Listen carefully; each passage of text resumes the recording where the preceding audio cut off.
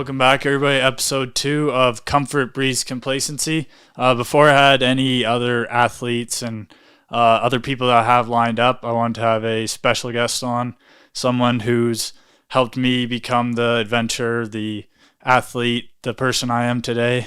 My father, Gary Pelletier. So just want to welcome my dad to the podcast. Well, thank you, Nick, for having me. I feel privileged.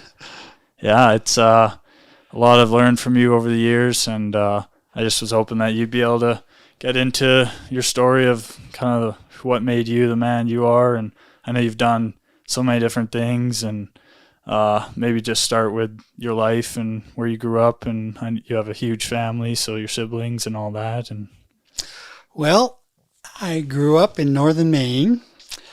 I have 7 brothers and sisters, 4 sisters, 3 brothers. I was the second oldest of the family, siblings. And life in northern Maine was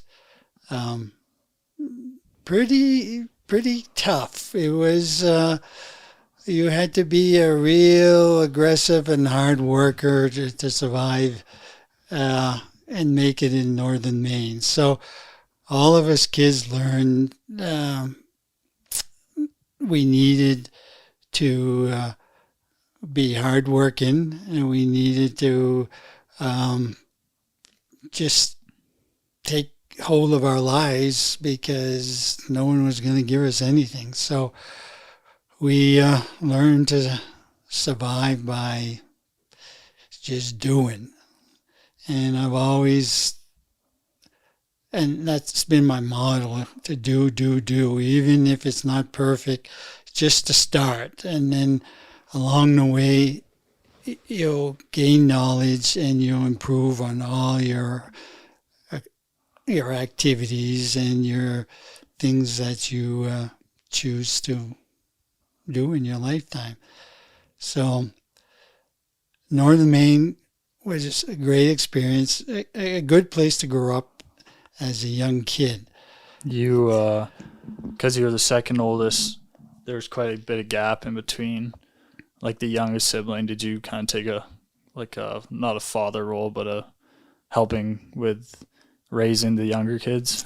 Well, there was always that. The older kids, northern Maine is primarily Catholic, and there's all big Catholic families. Everybody had big families. Like 10 kids was not uncommon in a family. And usually the older ones helped out taking care of the younger children. That's just how it was. It's just part of the family core. So I did take a lot of responsibility in helping my brothers and sisters, and I take responsibility seriously. I think it's a quality that needs to be instilled in all of us. We just can't feel entitled to life. We just need to be responsible for our actions and people around us, our loved ones. So I've always been a real responsible person, and that's where I gained my confidence from, just trying to be helpful and responsible. Yeah. So in northern Maine, you guys were in Maine for a while, then Connecticut, right? I was born in Hartford, Connecticut, and then moved when I was 2 years old up to northern Maine, an area called Deagle, Maine. That's where my dad had the farm that he grew up on. And we stayed there for a couple of years, and then we moved into a town called Fort Kent, which is a community town of about 5,000. And there is where I grew up. I went to Catholic school there in Fort Kent, and went to high school there, grammar school and high school there. And then I moved out after, I was probably 25 when I moved away from Fort Kent area to Is in southern Maine. in Fort Kent's where your dad had the body shop, right? You worked with him in the body shop for a while. Yes, my dad was very mechanically inclined, and he had a body shop and repaired cars. So he taught me to trade. We always were hanging around the garage, so he had us working in there, sanding on cars and fixing cars, and of course he got free labor from us, so he was happy to have us around and teach us. Yeah, I think that's one of the things that is like awesome having you as a dad is no matter what there might be a problem with, if it's some in the house or your car or something, you seem to always know how to fix it. And I guess that's just from all the experience and different things you've done throughout your life. And like you always, even when my truck got hit back in the day, you know how to bang it out and paint it and spray it and do all that stuff. Yeah, and I got that mechanical inclination and ability strictly from my dad. He was a great mechanic and a great auto body man, and he made do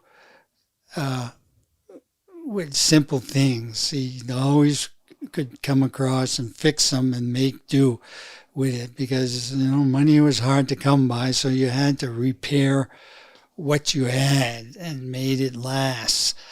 And he taught me a lot about being inventive and doing simple things and making simple things functional. So carried that through my life, and to this day I'm still conservative. I'd rather fix something than buy something new.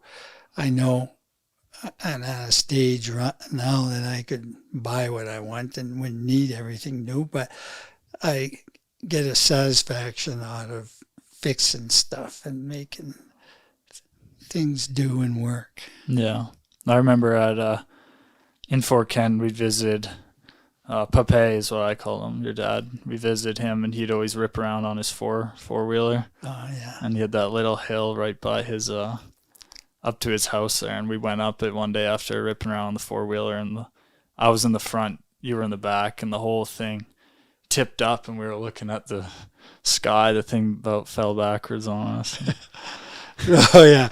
There's one thing about my life. There was plenty of excitement in it, just because of the fact that I like to do things, right? I didn't like to stay still.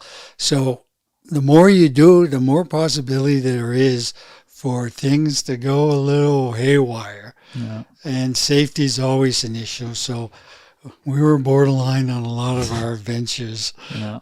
And risky. Yeah. What was it like growing up on the farm? I know you said you had to do all the things that you do on the farm. And well, the farm taught me responsibility. You have chores on the farm. Everybody in the family has to help out. You cannot run a farm without having any help or any labor. So the children would have chores. Everyone had chores to do. If it wasn't feeding the animals, there was milking the cow, and there was fixing things, and there was gardening, and there was never anything. If you ever said you were bored and didn't have anything to do, it was not on a farm, because there are endless things to do on a farm to make it functional and to be self-sufficient. So did everybody do the same jobs, or some would have to get the eggs, some would milk cows, some would get potatoes? Some, we had our own jobs to do a lot of times, and we had to learn to cover for our brothers and sisters also, because if they weren't around, there's something special going on for them and they weren't able to do it, someone had to do it. So we would learn each other's chores and be responsible to just take care of them. What was it like with that many siblings? Like when you were in the house, were there all of them in the house at one point, or were you out of the house by the time the youngest came through? No, at one time, You had all 8 in there. all 8 were in the house, and that's chaotic. It's really chaotic. There's a lot of sibling rivalry, and it was all chaos. There was always chaos in a family of 8 siblings. So I remember you would say, with my Uncle Bunny, who's your older sibling, who's gone now, rest in peace, but you would have his, you would have a truck and he would have a toy truck. I remember you were saying that you'd take his down and play with his, so if you broke it, then yours would still be new. And oh yeah, I was a little weasel back in the day, and I was a little bit of a boss too, right? I'd boss my siblings around. Even my older brother, I'd boss him around, right? But I did use his toys and my brothers and sisters' toys and had mine hidden away like a Scrooge, right? So it's not something I'm proud of, but it was me just trying to survive and keep my my toys clean and neat and not spoiled. what was it like at mealtime? Did you guys always have enough food for everybody, or did When you? we were living on the farm, there was always plenty of food, right? Always. There was no issue. When we moved into town, Dad started working in a body shop, and to start off with, things were tight. Meals were you didn't have any extras, and you didn't have any of the fine dining or anything like that. It was always trying to save to get enough to survive, actually pay for rent and pay for food and whatever. So yeah, it was tough when we first moved into town, but Did you have did you like Fort Kent or the farm life better? I actually, now when I'm looking back, I like farm life better. Yeah. Was there like a favorite and least favorite chore or thing you had to do? I love being outdoors. I love plowing in the fields. I loved, we had 2 horses, and we'd cut firewood during the wintertime, and they would skid the trees out of the woods. And I was always impressed with their strength and how much they gave. When you asked them to pull, and they didn't hesitate. So I was always impressed with the horses on the farm and have a deep respect for them.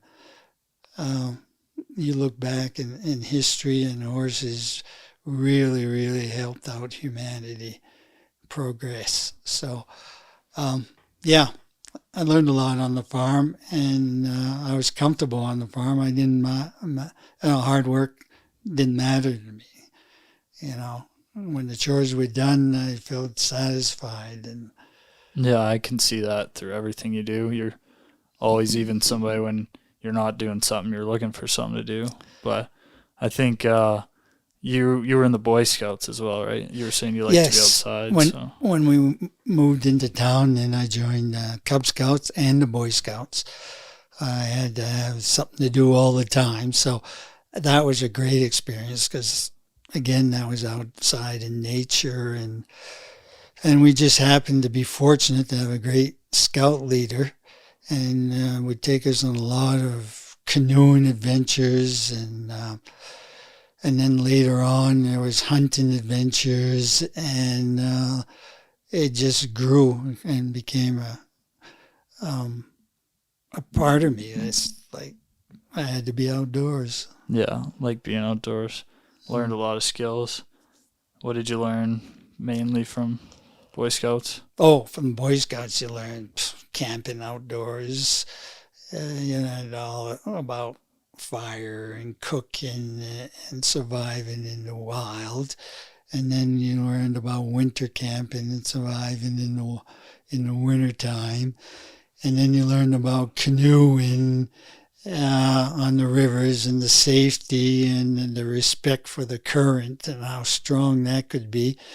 And you, I just had an appreciation by having the opportunity to be in scouting and have the scoutmasters that we did have and the opportunities. It gave me a deep respect for nature, because nature, it was here before, a long time before we were.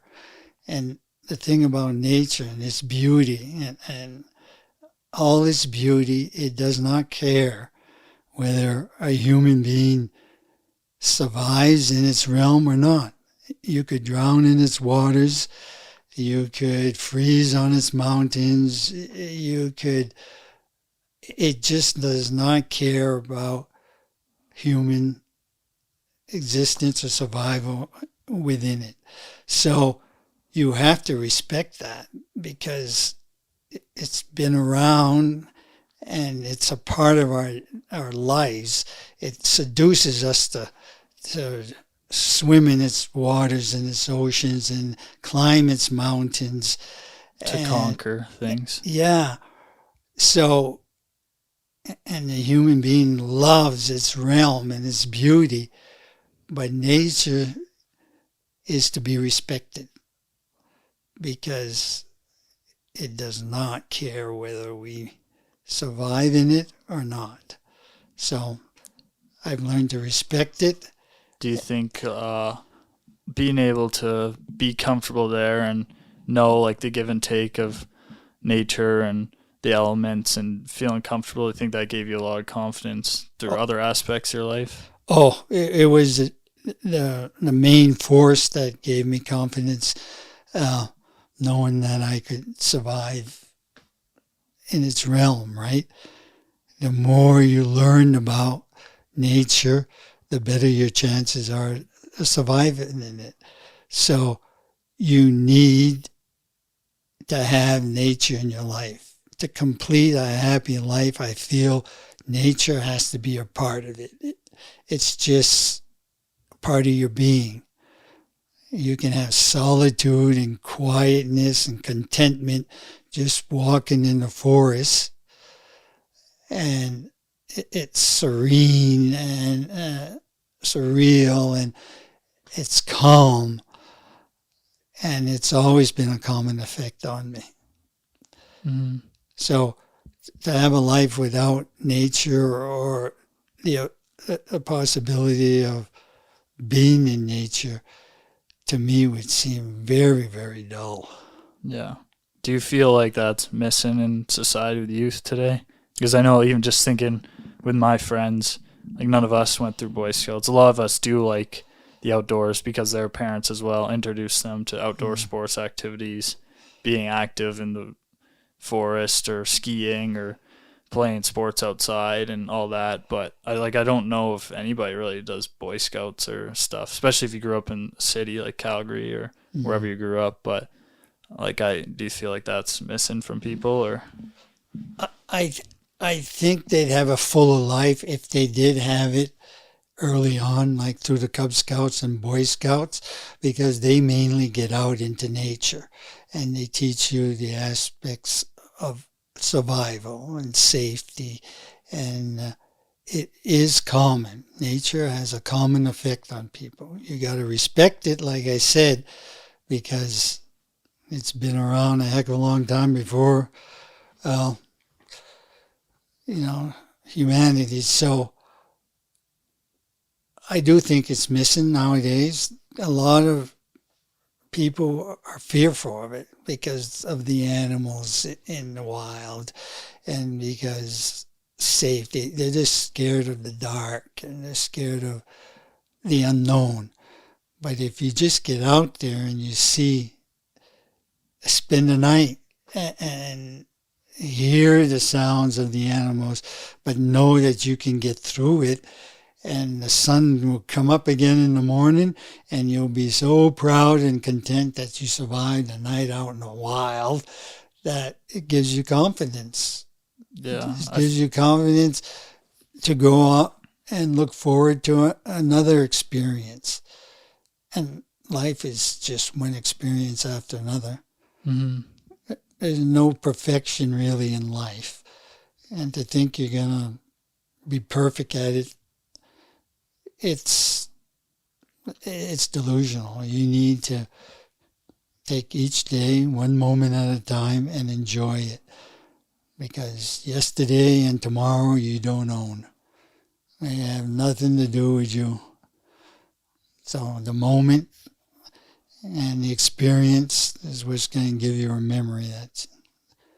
Yeah, I feel like it's not too late for people, if they didn't grow up like that, to start either. I think you can... It's never too late. It's funny to see like maybe some tourists who are on the other side of what you said, that are afraid of animals, that aren't afraid of them because they don't know what they could do. Like the people that go right up to the buffaloes in the park or stuff like that. It's always pretty wild to see their kids get flipped up by the buffalo and stuff. So you do have to have your, like, do a little bit of research about it and know what you're getting into. But I don't think it's ever too late, because I think, yeah, like you said, even looking up at like a starry night sky when there's no light pollution, it's just like, you never get that in the city. It's something that it makes you feel in the present. Oh, it's awesome to be alone at night and you look up into the stars and see millions of stars. And each star could be a solar system just like ours. And it just makes you realize how insignificant and tiny we are. Really, there's something so much greater out there. And there's so much more to learn and so much that you can do and experience. So to have fear is okay, because it can keep you safe, but you got to challenge yourself. You got to push the envelope and challenge yourself to overcome the fears. And then you're going to gain a lot more confidence in being able to be free of all the worrying that goes on and the stress, and you'll be able to accomplish a lot more, I think, in life, because you'll be willing to experience a lot more. Yeah, I think especially when I went to Haida, for example, the island mass in northern BC where I went, and it was during COVID, so there was nobody really up there anyways except locals, but the place I went was super remote, no cell service, and I was alone camping with my pack raft going around the edge of the coast and everything, but like a few 3-4 days away from civilization. And that's like, I found you really gain a lot of confidence when you're out there doing that, but you have to have a lot of confidence in yourself to be out there and know that if something does go wrong, like what happened to me when I hung my food in the tree, did my bear hang, and I came out in the morning and it was all torn apart. The rope and the bag was gone, so I lost my food for a number of days. But just having the confidence to be out there and struggling through that, the cold and the rain and wet, and then when you're out there, all you want to do is be home. And then once you finally get home, I feel like you appreciate a warm shower, you appreciate your bed, like you really. Whereas if you just go to it every day, it's just what you have, right? And I even find myself after being back for a while, you kind of get used to it. And that's why I like going back out and keep pushing myself and trying these things, because if you just get complacent with, like I said, comfort breeds complacency, the name of the podcast, but if you just get complacent with where you're at and comfortable all the time, you take for granted what you have. And when you're out there and you have no food or no warmth and you're sleeping on the ground and everything, and it's nice to have that difference between that and when you come back. It's nice to be able to come back to something and really appreciate it. It's true. You need to have an appreciation for nature, and it needs to be a part of everybody's life. I can't see a full life without incorporating nature in it. It's just, it's here. It was here before us, and we're a part of it. So why not have it part of our lives? and not fear it. Do you have a favorite nature? We obviously live in Western Canada here, so in the mountains and everything, but do you have like your favorite one? I know you don't like the snow as much and the cold, so do you like the ocean? I liked the snow and cold when I was younger, but now that I'm older and got some arthritis, I tend to shy away from the cold sports, but I still enjoy a ski now and then, and I still enjoy a mountain bike during the wintertime with the fat bikes. And but again, winter is part of nature, and there's so many sports that are played out there, and not to get out there, even if you're snowshoeing, is a loss, I think. Mm-hmm. Yeah. No, I know. I used to, even when I was trying to be competitive skier back in the day, and wasn't that great, but always loved being when it snowed and cold and everything. But now that I'm doing sports that are more, they're easier done in the warmth, like running, cycling, swimming. Mm-hmm. I've been enjoying the summer more, or the heat more. So I've been liking the warmer weather climates. And even when I was in like Morocco, seeing the desert was a super cool place, and like snowboarding down or sandboarding down the dunes and stuff, or in Mexico going through all the different landscapes, but most of them are warmth. I've enjoyed the heat more, I think, as I'm getting older. I like the heat more.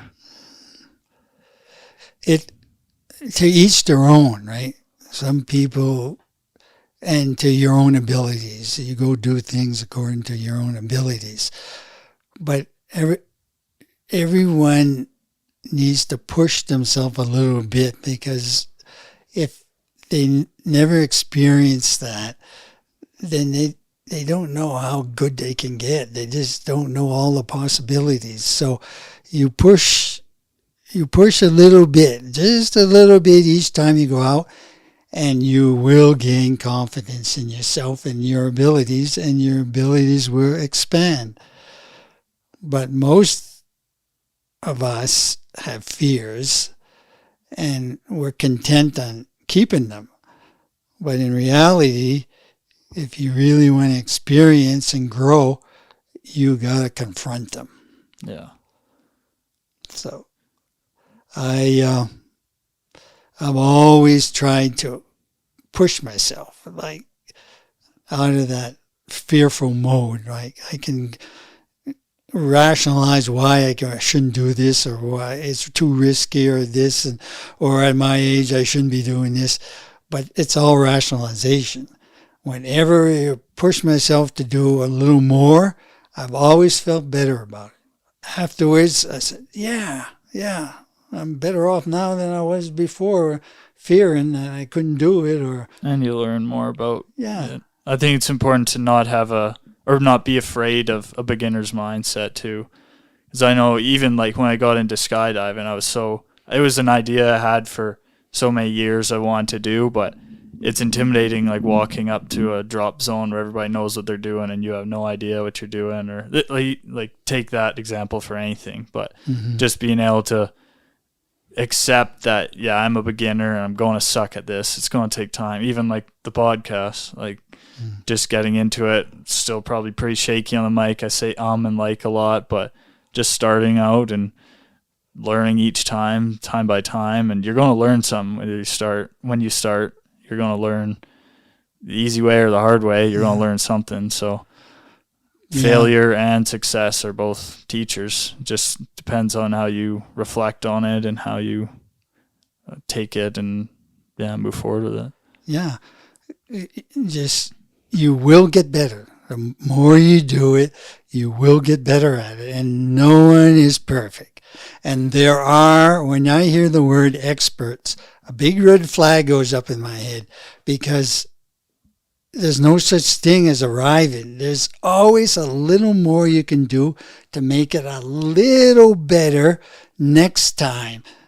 So when you hear, they're an expert and they know everything about a certain specific thing, a red flag should go up, because there are no experts. And an expert would know that, because you can always do a little better next time, or push yourself a little harder. And that's the wonderful thing about life. Mm-hmm. You never arrive. You could all, it's all a journey, a continuous journey. You never arrive.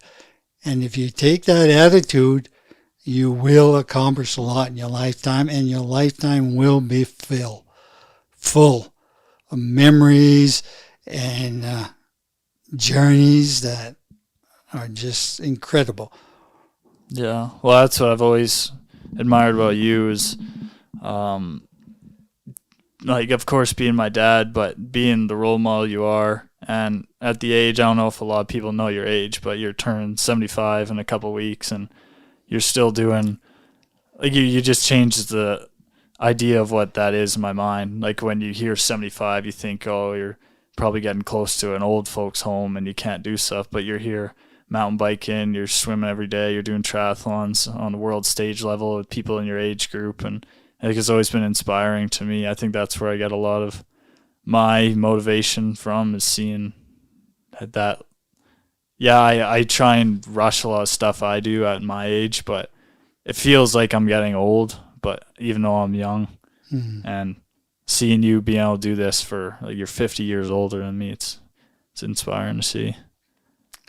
Well, age, the first 50 years of my life, you don't think anything about age because you think you're invincible. So you just go do.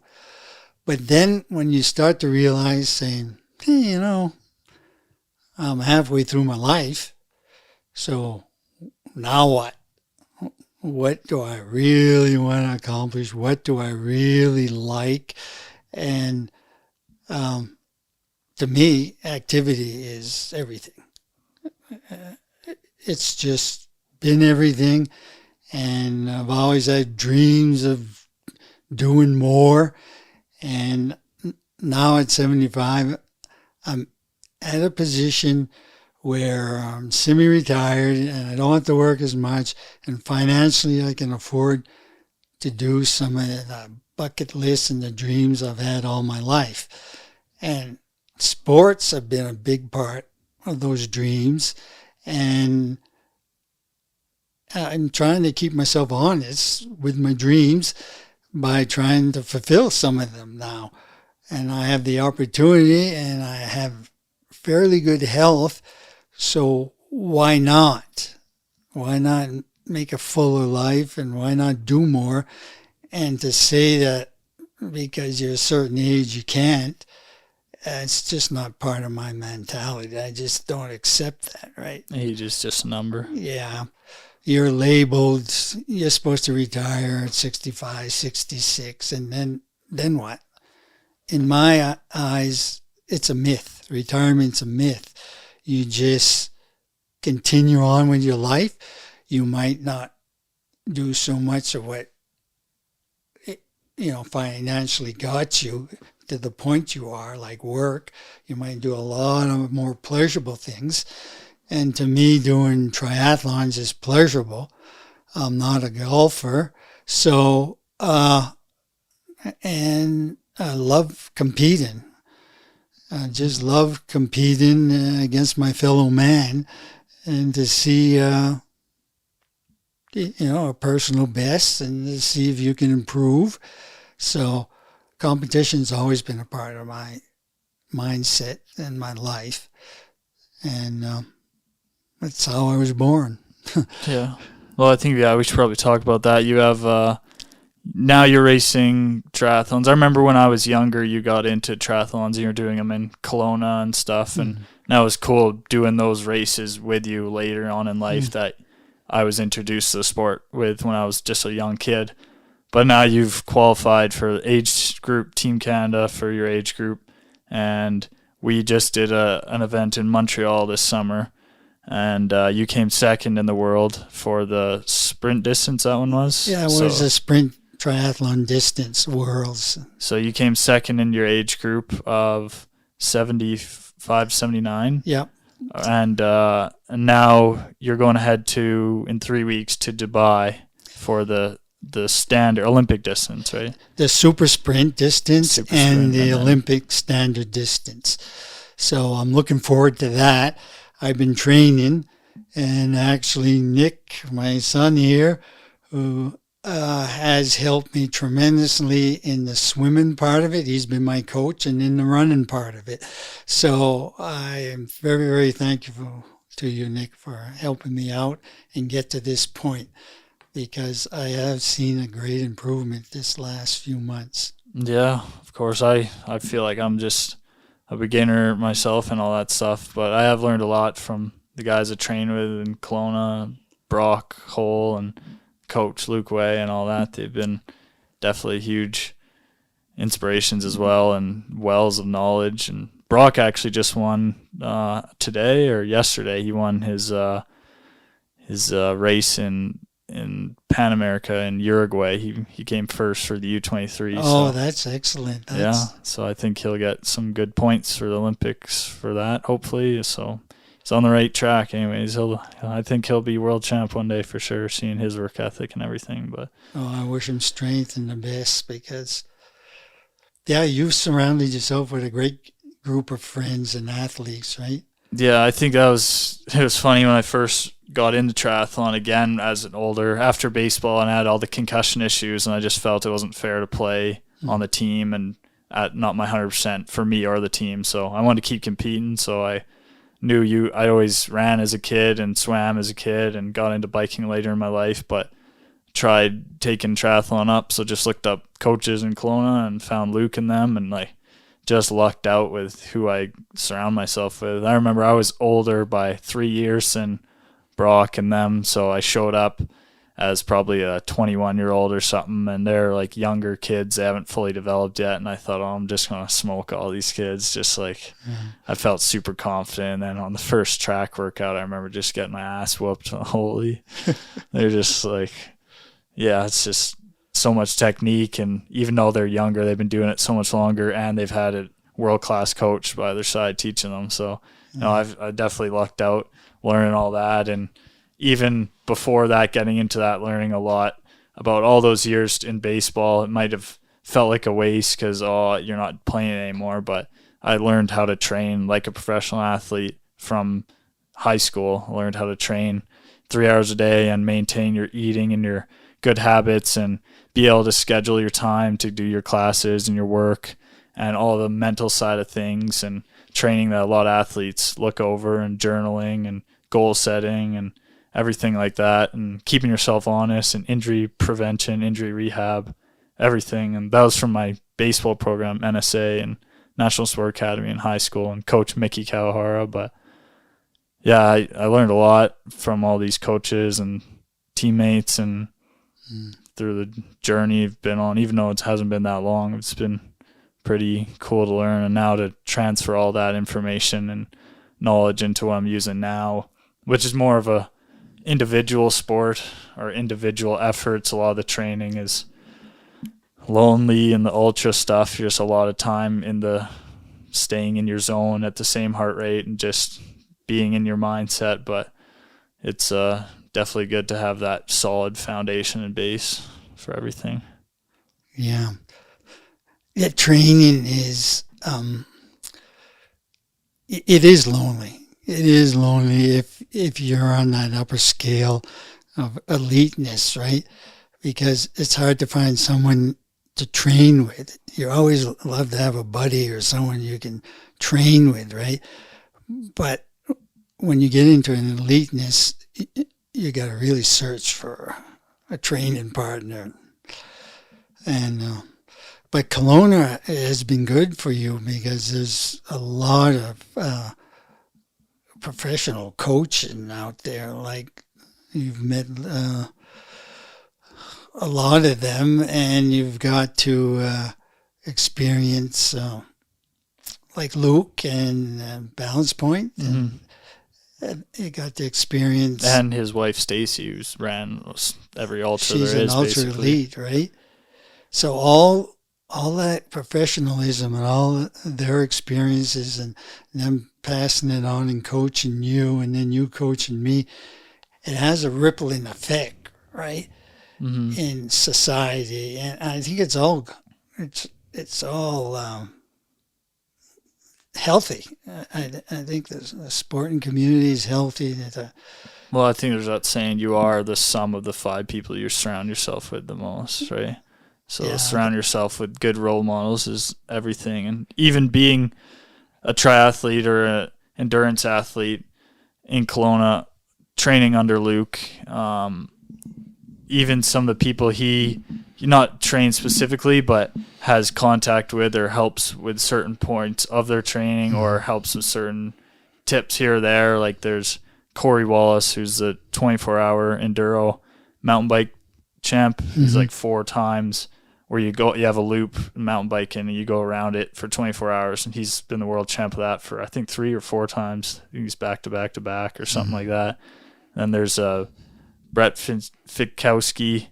Sorry if I'm pronouncing that wrong, but he's part of the CrossFit Games. He came second one year in the CrossFit Games. So like the elitist of the elite athletes. And I know Luke's helped do some testing. So even just being at the track and seeing him come and do his workout and just seeing the level that, like, if you always surround yourself with people who are at the bottom, then that's kind of where you get used to. But if you're in a room of these high level people, you might not be the highest, but at least you're in the room with them, right? That's right. And seeing them perform, then you know it's all possible, right? So, or maybe not you're doing what they are in their sport, but you can draw the aspects that you like from what they're doing and bring it into your, just pick and pull from their training and bring it into yours or their mindset, and just pick their brain. Like, it doesn't hurt to ask. People are usually nice if you talk to them. And so, yeah. Yeah. So I feel fortunate that you were surrounded by those athletes and those coaches, because I've benefited by it from you coaching me in the swimming and the running. So it's all good. Yeah. Well, I think also I've been super grateful to have your support in the things I do. Even my Lake Okanagan swim, I was trying to swim the whole length of Lake Okanagan. You were right there, always at the start, and you were there in the kayak, support kayak with me. And I remember the second time I attempted it, we did a training swim a month before the real swim. And unfortunately, the day of the real swim, it was E. coli in the water, 20,000 parts per milliliter, and like 100 parts per milliliter is like, don't go in, it makes you sick. And it was 20,000. We were rinsing my mouth out between that and the smoke. You couldn't see 100 feet ahead of you from the smoke and the fires. Yeah, it just wasn't a favorable time to be out there. It was the worst time of the year, but the water temperature is supposed to be nice that time of the year. And some people say, well, why don't you change it? But we have crew of 20 people, and there's time. Each person's coming at a certain time, and there's sponsors and boats and everything. Yeah. So you kind of had to go on that day, but yeah, the logistics are so great that you just can't postpone, right? Yeah, but a month before that, you and I did a practice swim from the bridge to Penticton, so half the lake, and it was just you in a kayak. You got in with me at the bridge in Kelowna, and you had a big umbrella over you, and it was just, you had my cooler and food, and we went off. And I remember doing, I think that one was 17 or 18 hours. And it was the hottest day in Kelowna's history. It was 46 degrees, and the top layer of the water was bath water, dead calm water. And I was thinking like that, we probably should have done the real one that day. We, like, hindsight, you never know. You can't tell, but that would have been the day to do the real one. But even just you supporting me you were 74 years old then, and you did 18 hours straight in the kayak. You did an ultra in the kayak basically, and supported me the whole way, as well as every other one I've been on, and finishing at my ride in across America. You rode the last day with me, and in my Mexico ride, when I came home, you made a huge sign for me, and so I've always really appreciated all the support you've given me. Well, I'm happy to do it all, Nick, and I get a lot out of it too. Just living the journeys that you in your videos that you've experienced is thrilling. To me, it's awesome and just thrilling, and it's life exciting, and I wouldn't have it any other way. Yeah. Yeah. Well, speaking of my America ride, that was a big portion and inspiration for me to do that ride was you having done that ride when you were 50 years old, right before you had me. My mom, Wendy, was pregnant with me and about to have me, and you decided right before, because you probably wouldn't be able to go when I was born, you went on the ride. Do you want to tell us about that? Yeah, I was a little selfish.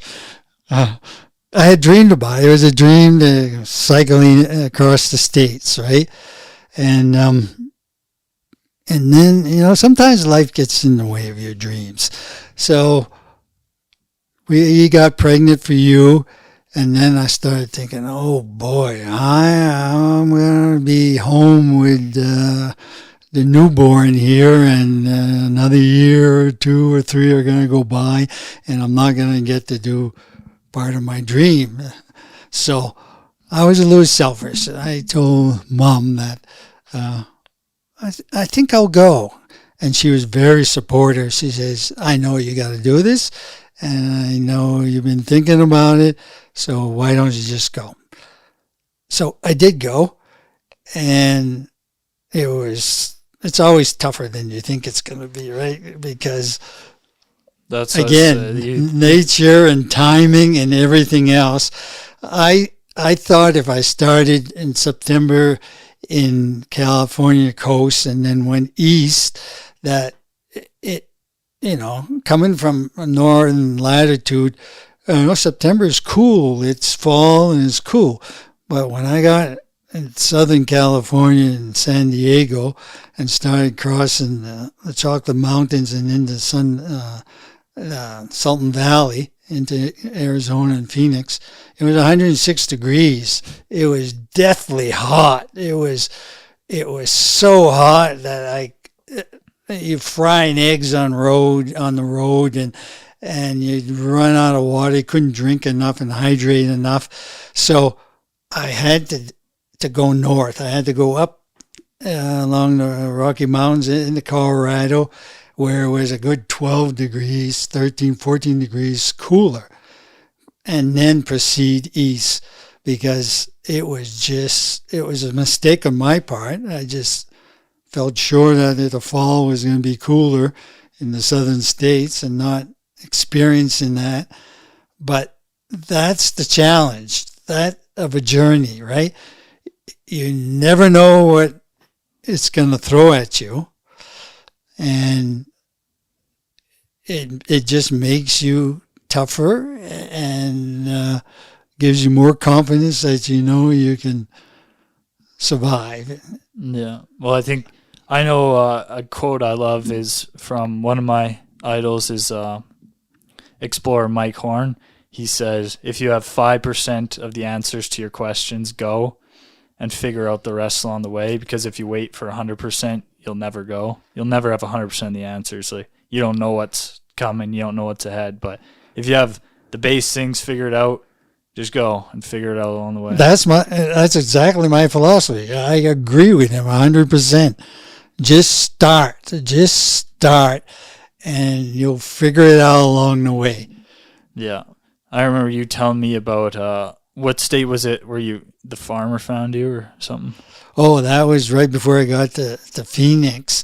I had run out of water. I had 2 water bottles, and I had a backpack siphon bag, and it was 106 degrees, and I was so hot that I went unconscious.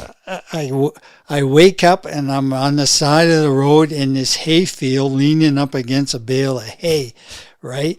And I'm looking down and I see my feet. And then I look over and then I see my bike alongside the road, which was probably 40 feet away. So I must have been semi-conscious, dehydrated, and went into semi-consciousness and just stopped the bike on the side of the road, left it there, walked and got in the shade of the bale of hay and laid there. I must have been there for half an hour before I woke up and came to, right? And I'm trying to think about what just happened to me. So I know I went unconscious, a semi-consciousness.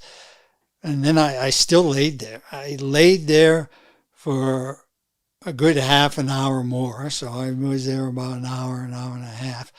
And then this pickup comes by and I see him make a right turn and come down the side road, a dirt road right next to me. And he went down into a field, and I guess he had some workers down there. And then he comes back up and he stops right next to me, and I wave to him and he waves back and he shouts, he says, "Are you okay?" I'm there, "Do you have any water?" I says, "I need water." He says, "Yeah, I got some water." He had a cooler in the back of his truck, and so he gave me some water. And I'm talking with him, and I say, "Where's the closest town here?" He says, "Oh, it's only five miles up the road. There's motels there, and there's restaurants and everything else." So I'm there. "Oh, okay, thank you." And then he gave me enough water from a water bottle. So I managed to cycle to that town and get a motel room. And I brought my bike in and I put it against the wall, and I laid and turned the air conditioner on and laid in bed and fell asleep till the next morning. I was comatose. I did not wake up till the next morning. Then when I woke up the next morning, I hydrated real well, and I had packs of electrolytes that I was using and everything else. And then I had breakfast, and then I decided, well, I'll give it another attempt to go and try to do another 100 miles or so. And I went to try and pull my bike because I brought it inside with me. And the rims on the bike were so hot that the shag rug, it was an old long shag rug, the shag had leaned on the rims of the bike, and it was so hot that it had melted the fibers to the rim of the bike. And I went to pull on the bike to take it out of the motel room, and I was pulling on the carpet and everything else, so I had to take a knife and cut the filaments off the rug that were stuck to my bike rim because of the heat. It was so hot. And I didn't notice it when I brought it in, and I just threw the bike in the corner. And so that was an experience that I'll never forget. But I learned about cycling in hot weather, and learned about just how to proceed, to keep on, keep on chugging away one day at a time, because you didn't know what nature was going to throw at you. There were some days that the wind was so strong that you could only do 60 miles or 45 to 60 miles that day, and you were spent. And that was 11, 12-hour day of cycling. And other days I could go 200 miles in one day if the wind was favorable. But that's nature, see? And they'll throw it at you, and it doesn't care if you got to work 10 times harder to go 100 miles or not. It just doesn't care. But it's nature, and you appreciate it. In your car, when you're driving and it's windy, you don't notice a darn thing about it. That's one thing if people don't cycle too and they're driving, and so is it a flat route? Oh yeah, it's flat. Yeah. It might look flat, but it could be a false flat. Just even 1% incline is you just grinding because you can't roll it. And if there are headwinds coming, and I know even going downhill some days, if you have a headwind, it's like it'll stop you. So it gives you a deep respect for nature. But And the heat and the sun, how it can just burn you out and dehydrate you in a couple of hours. yeah, I know it's nice that they stopped to give you that. I realized in Mexico I was on both sides of that when I went, because it was 35 to 38 degrees Celsius, 40 Celsius some days. I don't know what that is in Fahrenheit, close to 100. But some guys, there's homeless people on the side of the road that they're just begging for agua. So you give them the bottle, and some pour it in. Some just went straight lips the bottle mid-COVID. It's kind of funny, but yeah, I'm just happy to help them out, because I had spare water. So when you see those people, it's nice to have give them spare water. But tons of people when I was going across Mexico stop and give me cold Gatorades and cookies and food, and that's this thing I'm saying, you can't plan on that stuff. You know, No, you can't. And most people are happy. They'll ask you what you're doing. You say, "Oh, I'm cycling across the states." Really? And then a couple of times, I'd be in a restaurant, and then you talk to some of them, and then you're on the highway trying to get your 100 miles into something, and they'll go by and peep their horn because they've met you or encourage you, right? So it's just a great journey just to get out. And yeah, I remember this one guy I gave water to in Mexico. I saw him. He was walking along the road, and he must have been 160K away. I did a 200-kilometer day that day, and it was like 40K into the day that I saw him ask for water. I put some water in his bottle. I said, "All right, good luck, man." I remember saying into my video, like, if he's going to the town I'm going, it's going to be a long day for him. And then I made it to the town I was going, and then got up the next day, started cycling again. And the same guy's walking on the road right beside where I was, and he gave me a wave, and I said he either got a ride, which I'm guessing he got a ride to the town, or he did an ultra walk overnight. So more likely he was hitchhiking, got a ride. That's funny. But yeah, I know you always have all these crazy stories for trips like that, and I think it is important, because when people always ask me, "Oh, how do you do that?"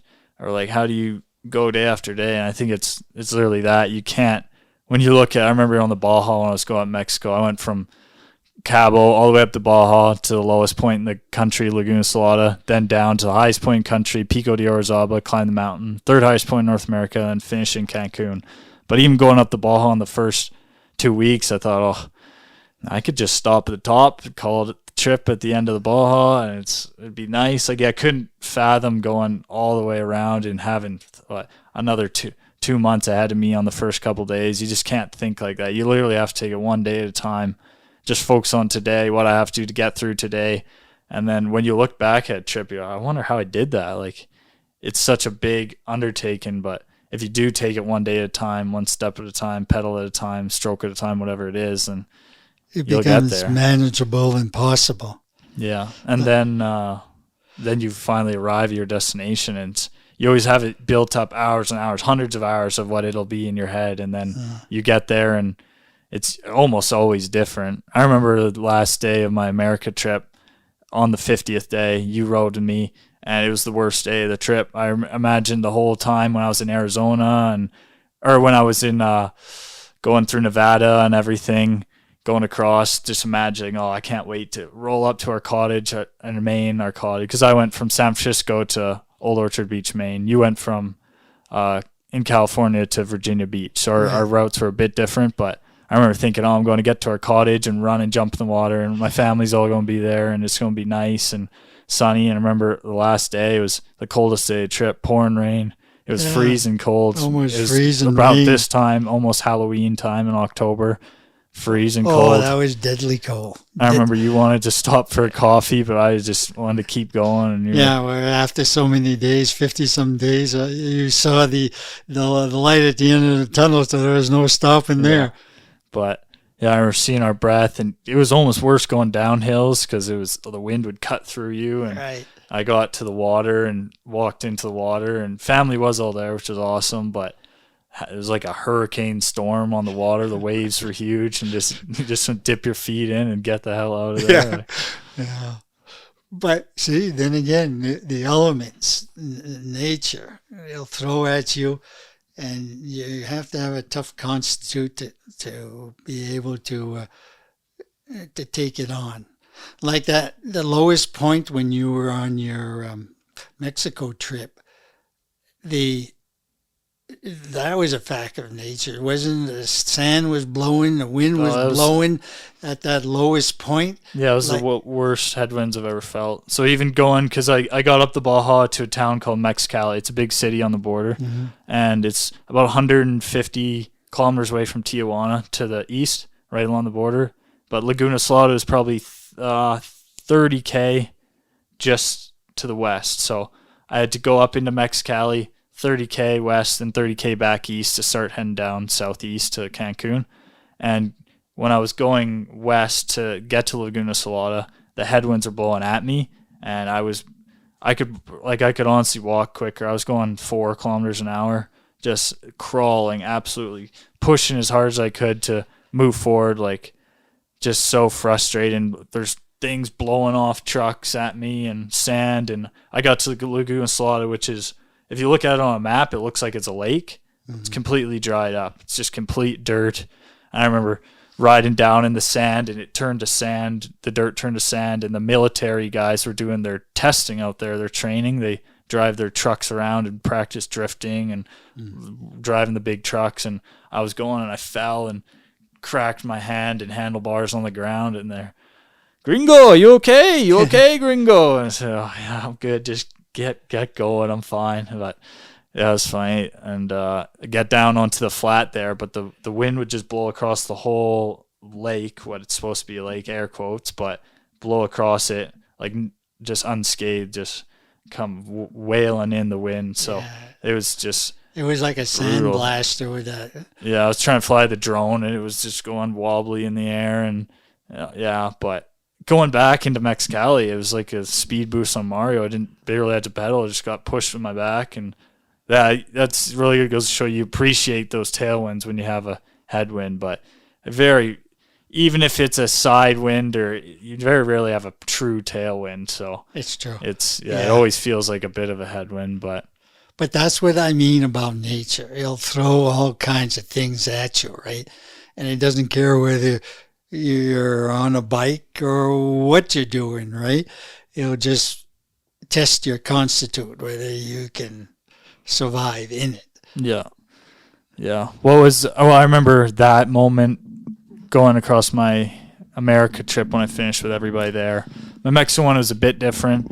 I was totally alone when I finished, but again, those same feelings of just, they wash over you. I had an idea I was going to finish at I think it's called the Punta Cancun lighthouse there, red and white lighthouse right at the end of the Cancun, where all the hotels are. And I remember making a Google Earth Studio like aerial video before my trip of starting in Cabo, going to Laguna Salada, then going to Pico de Orizaba and finishing in Cancun, and then seeing my own videos of all those spots I went and actually finishing at that lighthouse. That one was super rewarding, because it was like literally checking off boxes along the way and finally getting there. I remember just like FaceTiming you guys at the finish and just like jumping in the water and just alone, but just so like happy and proud, but ready to come home at that point. I remember not being able to speak the language for over 2 months, and not being able to eat anything because I'm celiac, and having to just eat cans of tuna so I didn't get sick, and filming every day and trying to edit on the road and everything. It just wears you out really, but it's super rewarding. What was it like finishing your trip when you finished in Virginia Beach? It was super rewarding, because I dreamed about doing it. It was part of going to be a bucket list. It's going to be something I was going to do. And all along the way, it was lonely though, because I had so much time to do it. It's not like you could stop and visit the sites and everything else. If I was to do it again, I wouldn't do it that way. I wouldn't race through it. I would go with a group and take the time and see the sites, because I went by a lot of sites and historical sites and everything else that I'll never get a chance to go see again. But it was rewarding, and I learned so much about cycling and so much about just mentally staying in tune, staying positive, because it's lonely. You got a lot of time to think while you're pedaling for 14 hours a day, right?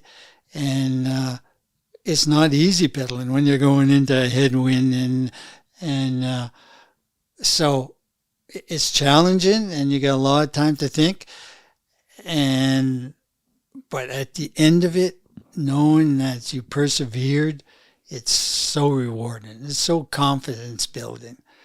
And you talk to people, and you cycle across the states. Yeah, anyone can do it. You just gotta start. Yeah, well, I met some people who you'd think you're going across, but they take half a year. They just do 20, 30 kilometers a day in camp, and they just take a bit, but they do it eventually. Exactly. So, and anybody with any type of abilities could do it. You just got to plan and start. You don't have to be the quickest racer across the continent. You just got to plan and start.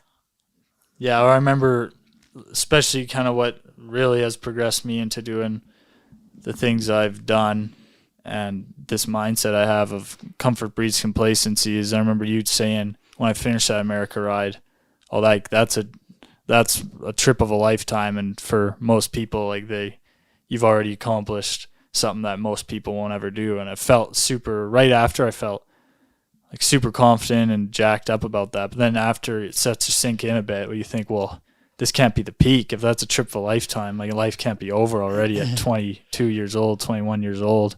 So like, what's next? That's how I started getting this idea of like the comfort of being, oh, I did it and now I'm done. I can rest for the rest of my life. Well, no, I think you enjoy what you've done and celebrate, obviously, and reflect on it and learn from it. But then you start planning what's next. And I know there's that saying, when you're on an adventure, you want to be home, and when you're home, you want to be on an adventure. So it is like the journey, of course, but it's that rewarding process of imagining it, planning it, not just imagining it and making it a someday or one day. No, actually putting it on a list. Just put it down on a list.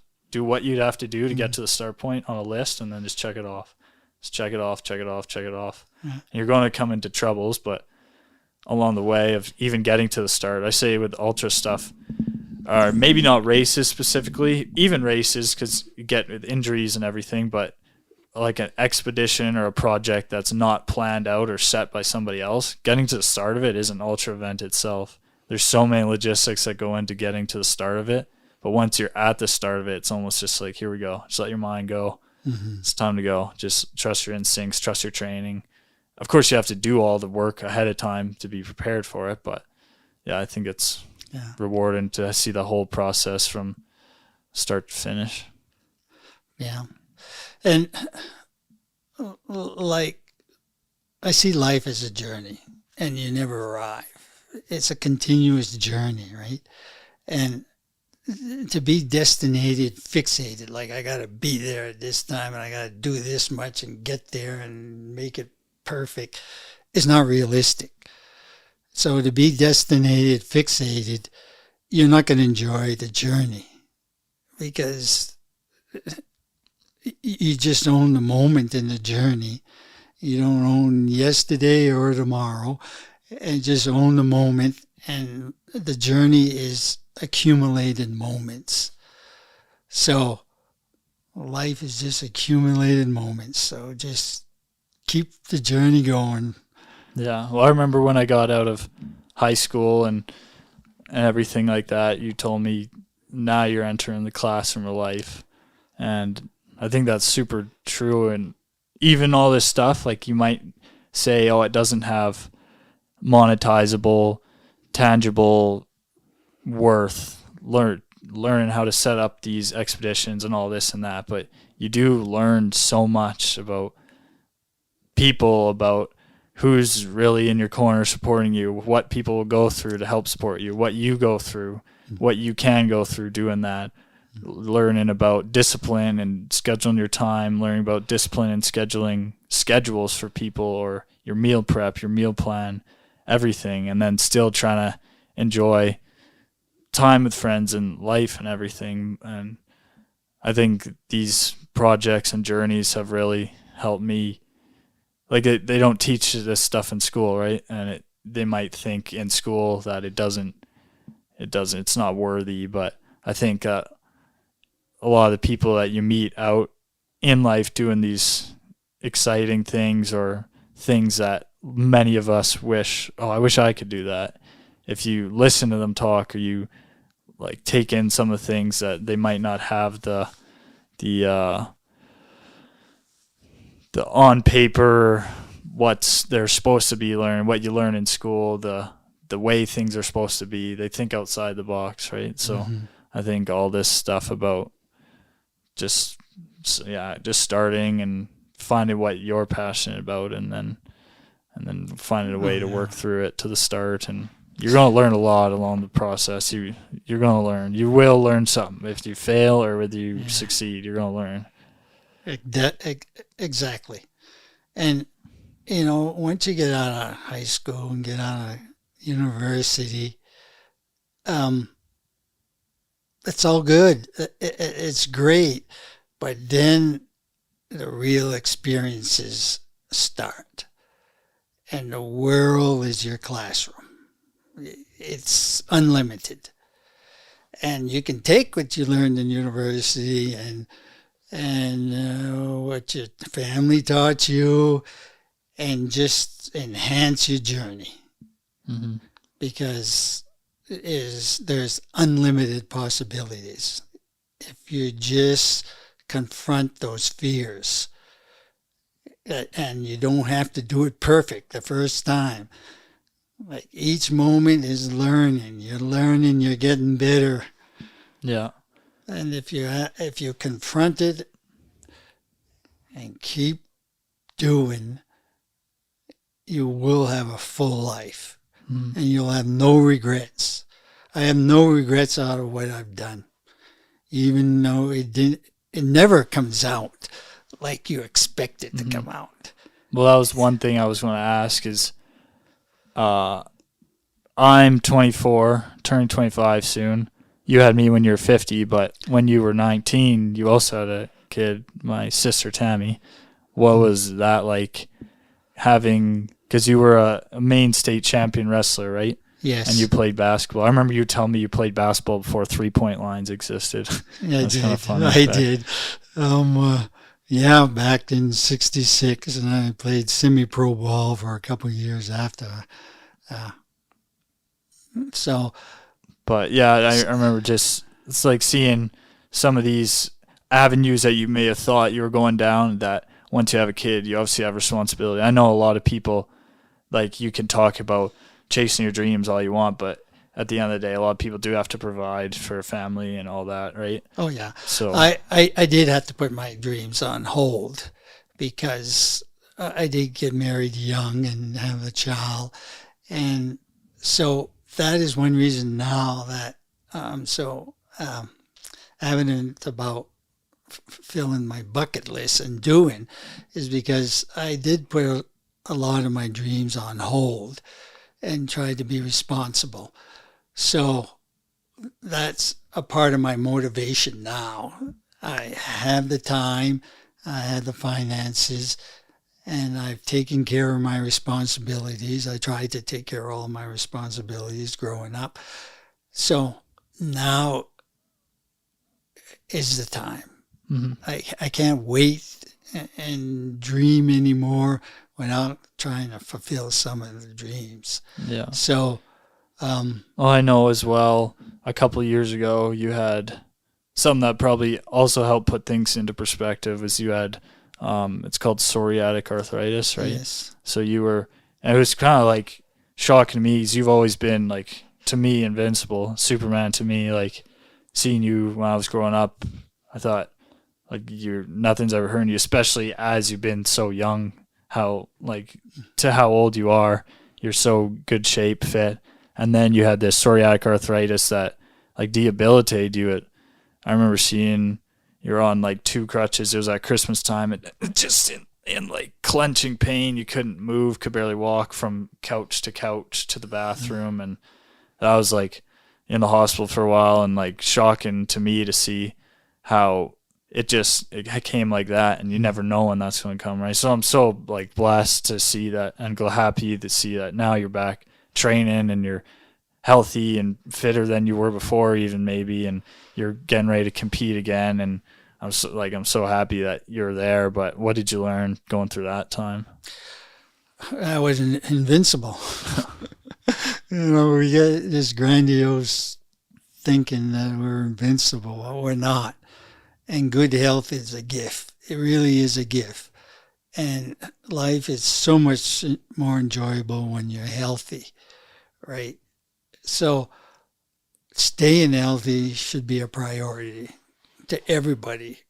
Yeah, I think there's that saying too. It's choose your hard, like going out and doing your workouts every day and meal prepping, like that's hard, but also being obesely overweight and struggling with health, that's hard too. So it's like choose your hard, right? That's correct.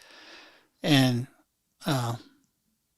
I like to feel strong. I like to feel I have good cardio, and but it doesn't come easy. You have to discipline yourself, right? There is a price to pay. So you can either really, really relax and sit on the couch and eat and all the foods, or you can discipline yourself and go do exercise and do competitions and eat well. But it's choices. I think it's important to note that there is times to enjoy stuff too. I know you and I, when we get to places about eating, we people always say it's always a spectacle to see you and I eat together, as we can always eat more than anybody they've ever seen. But like enjoying that, earning that, and not doing it all the time. And once you do it, being able to accept that, all right, this is the time I'm letting myself have this, and then I'm getting back on track. So I remember when I was training for a triathlon, really specifically weighing all my chicken and almonds and everything, I got into like some eating disorder stuff where you're trying to be so disciplined, and then if you have something too bad, it's today's a write-off, so I'll just eat whatever today and start fresh tomorrow. And then day after day it starts coming that. So it does tax you mentally, and I think you do have to have a little give and take. I've had to learn through that. I've went through that, but I think it's important to note that you can enjoy things, just do it at the right time. Don't always do it. If you're preparing for something, be disciplined, and then when it's done, enjoy for a bit and then get back on it. Yeah, you treat yourself, right? You push yourself, and then you treat yourself, and you push yourself, and then you treat yourself. But it all takes discipline, and it takes choices. And it's just what you choose, what you want out of life. So. Yeah, I think one more thing I was going to ask you about, when you were out of the Boy Scouts and all that, all those skills you learned, you utilized them. You were a guide, right? I was a guide in Maine because I like the outdoors. I joined the guide service right after. I was probably one of the youngest guys ever in Maine. I was, I think, 21 when I became a guide. I was out of high school and out of the Boy Scouts, and I just wanted to stay in the forest and stay in nature. So I started guiding in the area I was very familiar with, that I hunted in and fished in. So I became a Maine State guide, and I guided for a company called Jalbear's Guidance Service, where they'd guide sports from all around the world, like Boston. Sports clients, right? Yeah. Guidance Service calls them sports, right? Because they come into the state of Maine. They're from other states. They could be anywhere. And they buy either a fishing license or a hunting license, and they hire guides to bring them to different areas and camp camps and cook for them and canoe them up to the best fishing spots and the best hunting spots. And I really loved being out in the wild and in nature, and that was a really growing experience for me because I meet a lot of interesting people. I met a National Geographic crew that were doing an article on the Allagash River, where I used to guide on, because they were thinking that they were going to put a dam on the river and they were going to stop the flow of water and change the whole ecosystem up there. So they wanted to do a special. So they were up in the area where I was guiding, and I got to meet them at one campsite.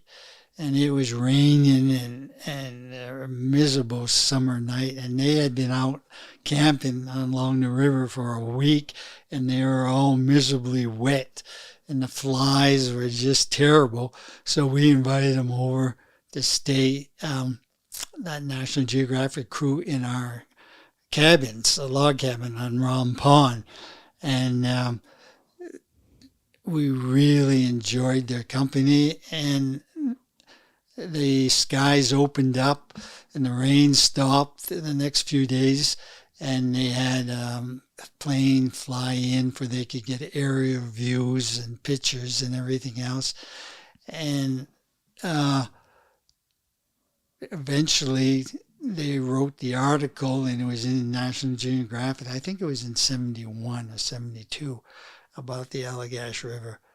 But that was an experience to be around them. And because they had a couple writers and a couple photographers doing all the photographing and writing about the areas. And then we had all kinds of clientele. So, I remember one of the guys who said he caught his buddy's ear with the hook or something. They're fly fishing, and he caught his buddy's ear and hooked him or something. Oh yeah, some of them were doctors, some were lawyers. Justice Douglas was the head of the Supreme Court in the United States. He was one client that I helped guide. Dr. Willauer from Pennsylvania, Philadelphia. He started a medical center there. He was a surgeon. He was a real interesting individual, because he had to sit in his canoe in a chair, an old chair seat. He had proper posture, and he had to sit straight. He didn't want anybody else in his canoe. He just wanted one guide and him while he fly fished. And he wanted his fish. He went to cook his own fish that we caught, and he wouldn't fry him. He would steam his fish and had to put certain herbs on them. And then usually the fishing season was during the spring and early summer. So we have a fiddlehead, which is like a vegetable fern that grows. And fiddleheads are real delicious when they're still curled up. So we'd pick fiddleheads, and he had to have them cooked just 5 minutes where they would be crispy. So he was a real particular type of guy, but man, did we ever enjoy his company, because he had so many stories about the medical field in Philadelphia and his hospital and all his accomplishments. Yeah, I'm sure you had quite a few different people that came out, and lots of different stories and backgrounds. Oh yeah. Sportsmen have all kinds of stories. The big one that got away, and oh yeah, fishing stories. Oh yeah, it was always a jolly time around the dinner table at night. Good camaraderie. Oh, great camaraderie, and storytelling was incredible. The stories everybody had. Yeah, I think that's always nice when you can get out there, and obviously then you didn't have social media and phones and everything, and I know on the trips I go on where I don't have access to service or anything, and you're with somebody, and you always feel like you connect that much deeper, and you have these memories that last forever, which is awesome. Mm-hmm. Yeah, one of the last things I was going to ask about is your brother Bunny got drafted back in the day when they were still drafting for the war. You also got drafted, right? But you didn't go because you were the sole breadwinner for the house for your family. Yes, I had gotten drafted right out of high school, but I had gotten married in high school. I got my sweetheart pregnant, so we got married, and we were having our first child. And then the main supporter of the family was not drafted because they had to support their family. So I was 68 out of 140 that were drafted. But because I was the main supporter of my family, I got nullified, so I didn't have to go to Vietnam. But my brother Norman, who was a year older than me, was in Vietnam and served in the armed forces. Do you know what you would have done if you went in? Do you know what role you would have been? I probably would have joined the Marine Corps. It was they needed a few good, tough men. Yeah. And my dad was in the Marine Corps, and I respected him for serving his country and being in the Marine Corps. So I probably would have been in the Marine Corps. But I would have been probably on the front lines in Vietnam, and more than likely, I probably wouldn't have survived. So getting married, it was kind of a lifesaver. Yeah, now that I look back at it, right? Because I did have friends that, just 4 months after we graduated, they were dead. Wow. They went to basic training camp, and that was only 2 months. And then they were shipped right over to Vietnam, and one of them stepped on a mine, and one of them three of them were shot. There was 4 in our graduating class. Within 6 months of graduating, were dead. Wow. And I could have been one of them too. So I was blessed that way. In hindsight, by looking back, it was stressful getting married right in high school, and it was a big deal, and it was kind of embarrassing. But in hindsight, it probably saved me. Yeah. Yeah, that's crazy to think that, just the way life played out. I couldn't have been here if you got drafted and had to go and all that. And right. Yeah, it's crazy to think and how one decision or one choice can affect so much down the line that you don't even know at the time. But no. Better thank Tam. Yeah, better thank Tam. Yeah, and life is a gift. We like to feel entitled, but there is no entitlement. It's a gift, and you got to take advantage of it. Yeah. Yeah, well, I think that's good. Thanks for sitting down with me. I appreciate it. Like I've said, you've been probably the biggest inspiration in my life, so I appreciate you taking the time, sitting down with me. Well, thank you, and I want to thank you for coaching me here in these last year and helping me get some of my dreams fulfilled. Yeah, we'll go get first in Dubai. Oh, I'm going to give it my personal best. That's all I can promise. Yeah. Well, thanks for listening, everybody. This is episode 2, Comfort Breeds Complacency. Gary Pelletier. Thanks. Thank you, Nick, for having me. Yeah, thanks for coming. Okay. Keeping us bad.